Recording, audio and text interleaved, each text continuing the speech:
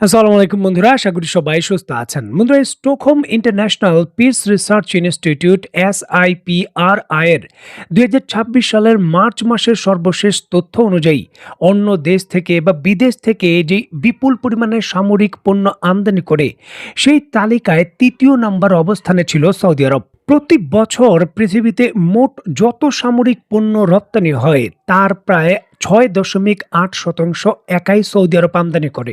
আর Saudi আরবের এই মোট আমদানির তারা প্রায় ৭৭.৭% একা যুক্তরাষ্ট্র থেকে আমদানি করে। এখানে আপনাদের সুবিধার্থে বলে রাখা ভালো, ৯.৭% মোট অস্ত্র রপ্তানির মধ্যে আমদানি করে ইউক্রেন রয়েছে ১ নম্বরে।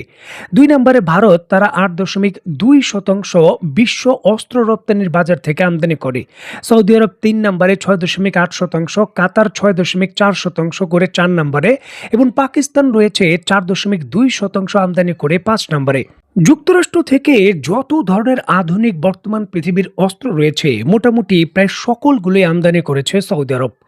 F-15 স্ট্রাইক ঈগল যুদ্ধ বিমান থেকে শুরু করে থার্ড ক্ষেপণাস্ত্র, প্যাট্রিয়ট ক্ষেপণাস্ত্র, নতুন করে বলা হচ্ছে যে F-35 এর মতো শক্তিশালী যুদ্ধ বিমান ক্রয়ের চুক্তিও এই যুক্তরাষ্ট্রের সঙ্গে করেছে সৌদি আরব। দেখুন, যেই অ্যামাউন্টটা হয়তো দ্বিগুণ করলে বাংলাদেশের মোট এক বছরের জিডিপির সমান হবে ১৪২ বিলিয়ন মার্কিন ডলার। ২০২৫ সালের মে মাসে যখন ডোনাল্ড ট্রাম্প সৌদি আরব সফরে এসেছিলেন, তখন সৌদি আরবের যুবরাজ নিজে সৌদি আরবের পক্ষে ১৪২ বিলিয়ন ডলারের নতুন এই মেগা সামরিক চুক্তি করেছে যুক্তরাষ্ট্রের সঙ্গে, যা মার্কিন ইতিহাসে অন্যতম বৃহৎ একক প্রতিরক্ষা চুক্তি।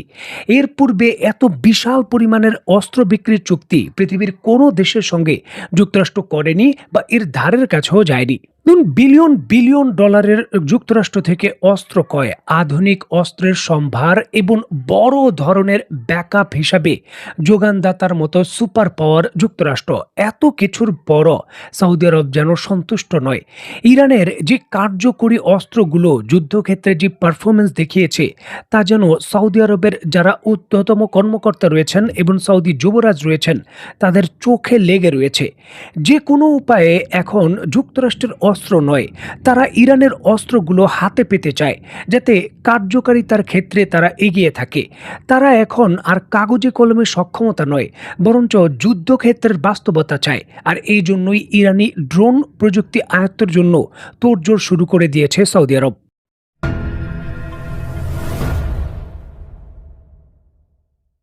দেখুন, যুক্তরাষ্ট্রের দামি দামি মিলিয়ন মিলিয়ন ডলারের বিভিন্ন মিসাইল এবং অস্ত্র ক্রয়ে অনেকটা উপেক্ষা করে এখন সৌদি আরব ইরানের যে শায়েদ 136 ড্রোন রয়েছে তার রেপ্লিকা তৈরি করার জন্য বড় প্রকল্প হাতে নিয়েছে এবং এখানে সরাসরি যুক্ত হচ্ছে যুক্তরাষ্ট্র। দেখুন, হাওয়ার উপর কোনো খবর নয়, একেবারে পাকা খবর। পৃথিবীর বড় বড় সংবাদ মাধ্যম, এমনকি তুরস্কের সংবাদ মাধ্যম তুর্কিয়ে এই খবরের সত্যতা নিশ্চিত করেছে।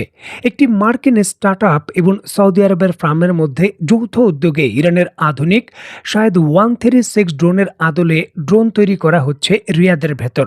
এর জন্য কারখানা তৈরি করা হয়েছে। দেখুন, অত্যন্ত গুরুত্বপূর্ণ এই বিষয়টিকে কেন্দ্র করে ইউএস নিউজ সাইট সেমাফোর জানিয়েছে SR2 ভিক্টর বা আলতা ভিত্তিক যে ভেক্টর ডিফেন্স এবং সৌদি ভিত্তিক স্টার্ট আপ যে SR2 ডিফেন্স সিস্টেম রয়েছে, যৌথভাবে স্কাই ওয়াপস নামে নতুন এই ড্রোন তৈরি করছে। স্কাই ওয়াপ একটি একমুখী বা কামাকাজি ড্রোন যা ১৫০০ কিলোমিটার রেঞ্জ তারা রাখছে। দেখুন, আন্তর্জাতিক সংবাদ মাধ্যমগুলো যেমনটা নিশ্চিত করছে এই ড্রোনগুলো প্রায় ৪০ থেকে ৫০ কেজি উচ্চ বিস্ফোরক বা ওয়ারহেড বহন করতে পারবে এবং নিখুঁতভাবে জিপিআরএস গাইডেন্স সিস্টেম এবং যুক্তরাষ্ট্রের যে গাইডেন্স সিস্টেম রয়েছে তা ব্যবহার করে সেটি টার্গেটও আঘাত আনতে পারবে।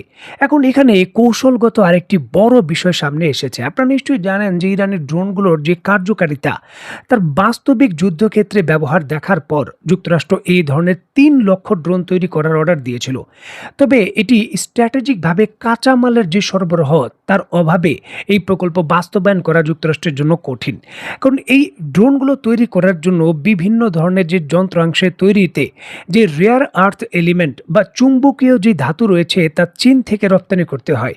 আর চীন যুক্তরাষ্ট্রে সেই চুম্বকীয় ধাতু রপ্তানি অনেকটাই বন্ধ ঘোষণা করে দিয়েছে। এখন সৌদি সৌদি আরবের সঙ্গে দ্বিপাক্ষিক সেই ধরনের চীনের কোনো ধরনের বাধা নেই। সৌদি আরবের ভেতর সেই চুম্বকীয় পদার্থ সৌদি আরব চীন থেকে আমদানি অনেকটা স্বাভাবিক আমদানি করতে পারে। এই জন্যই কি তাহলে যুক্তরাষ্ট্র সৌদি আরবের নাম করে নিজের ড্রোন ভান্ডারগুলোকে শক্তিশালী করার জন্য কারখানা এই সৌদি আরবে স্থাপন করেছে, বা সৌদি আরবে নিজের শক্তি বৃদ্ধির কথা বলে এই ড্রোন যৌথ পরিকল্পনার অধীনে আমেরিকার যেই মজুদ রয়েছে তাকে শক্তিশালীর জন্য তারা করছে। এখন তারা কারখানা সেট আপ করেছে, তবে চীনের পক্ষ থেকে এখন পর্যন্ত এই বিষয়ে পরিষ্কার দিক নির্দেশনা দেওয়া হয়নি যে তারা এই রেয়ার আর্থ এলিমেন্ট যেটা চুম্বকীয় ধাতু রয়েছে তা সৌদি আরবেও রপ্তানি অব্যাহত রাখবে কিনা। দেখুন, চীন যে নিষেধাজ্ঞা দিয়েছে সেটি দ্বিতীয় স্তরেও কার্যকর। মানে কোনো দেশ যদি চীনের এই ধাতু যুক্তরাষ্ট্রের কাছে রপ্তানি করে সেখানেও কিন্তু এই নিষেধাজ্ঞা কার্যকর হতে পারে। এখন যেহেতু যুক্তরাষ্ট্রের যৌথ কোম্পানি এটা তৈরি করছে, সেই ক্ষেত্রে চীন তার যে চুম্বকীয় ধাতু সেটা সৌদি আরবকে চূড়ান্তভাবে বড় ভিত্তিতে দেবে কিনা বা উপযুক্ত মূল্যে দেবে কিনা সেটাও প্রশ্ন রয়েছে। এখন আপনি একটি ড্রোন তৈরির কারখানা তৈরি করলেন, ইরান তৈরি করলো $50,000, আপনি তৈরি করলেন যুক্তরাষ্ট্র বা সৌদি আরব এখানে তৈরি করলো সেটা $1,000,000। যুদ্ধক্ষেত্রে সেটা বাস্তবিক অর্থে তাদের জন্যই চাপ প্রয়োগের বিষয়টা হয়ে যাবে। দেখার বিষয় যে সৌদি আরব এখানে বলতে পারেন ভায়া হয়ে চীন থেকে এই মূল্যবান ধাতুগুলো কত কম মূল্যে চীন থেকে আনতে পারে।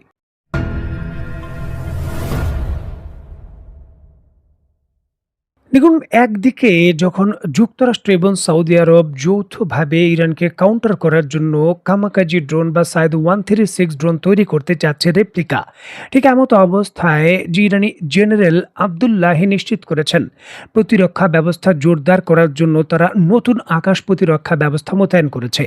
যদিও তারা এই বিষয়ে এখনো পরিষ্কার তথ্য দেয়নি এই নতুন আকাশ প্রতিরক্ষা ব্যবস্থা তারা কোন দেশ থেকে পেয়েছে। দেখুন, হতে পারে এটি তারা রাশিয়ার কাছ থেকে পেয়েছে, আবার হতে পারে এটি তারা চীন থেকে পেয়েছে। দুইটাই সম্ভাবনা রয়েছে। দেখুন, রাশিয়া থেকে S-400 আসার কথা অনেক আগে থেকেই ছিল।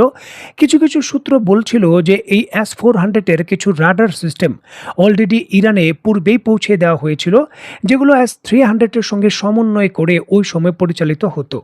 নতুন করে এখন S-400 পূর্ণাঙ্গ ইউনিট মোতায়েন হয়েছে কিনা সেটাও একটা বিষয়। আরেকটি গুরুত্বপূর্ণ বিষয় হলো যে বিভিন্ন ধরনের ড্রোন এবং যে নিচু দিয়ে উঠতে সক্ষম বিভিন্ন ধরনের যেই সকল যুক্তরাষ্ট্রের প্রেরিত যে ক্রুজ মিসাইল রয়েছে, বিশেষ করে টমাহক মিসাইল, সেগুলোকে প্রতিহত করার জন্য যেই মিটার গেজ রাডার সিস্টেমের সঙ্গে যেই আকাশ প্রতিরক্ষা ব্যবস্থা রয়েছে অ্যাল ব্র্যান্ডেড, সেটা আসার কথা ছিল। এটি লেজার গাইডেড ওয়েপেনের সঙ্গে কাজ করে। সেটি কি ইরানে পৌঁছে গেছে এবং সেটি হয়তো তারা মোতায়েন করেছে, যেগুলো এই ইরানের আকাশ প্রতিরক্ষা ব্যবস্থার যে গ্যাপগুলো ছিল, বিশেষ করে ছোট ছোট নিচে দিয়ে উঠতে আসা টার্গেটগুলোর গ্যাপ, সেগুলো ফিল করবে এবং ইরানের আকাশ প্রতিরক্ষা ব্যবস্থাকে আরেকটু বেশি শক্তিশালী করবে। দেখার বিষয়ে ইরানের এই প্রস্তুতি এবং যুক্তরাষ্ট্র এবং সৌদি আরবের এই নতুন উৎপাদন শুরু করে দেওয়া যুদ্ধক্ষেত্রে সামরিক ক্ষেত্রে কাকে কোন সুবিধা দেয়। তো বন্ধুরা, আজকের মতো বিদায়। নতুন কোনো ভিডিও নিয়ে আবার দেখা হবে। সেই পর্যন্ত সবাই ভালো থাকবেন, সুস্থ থাকবেন এবং বাংলাদেশকে ভালোবাসবেন। আল্লাহ হাফেজ।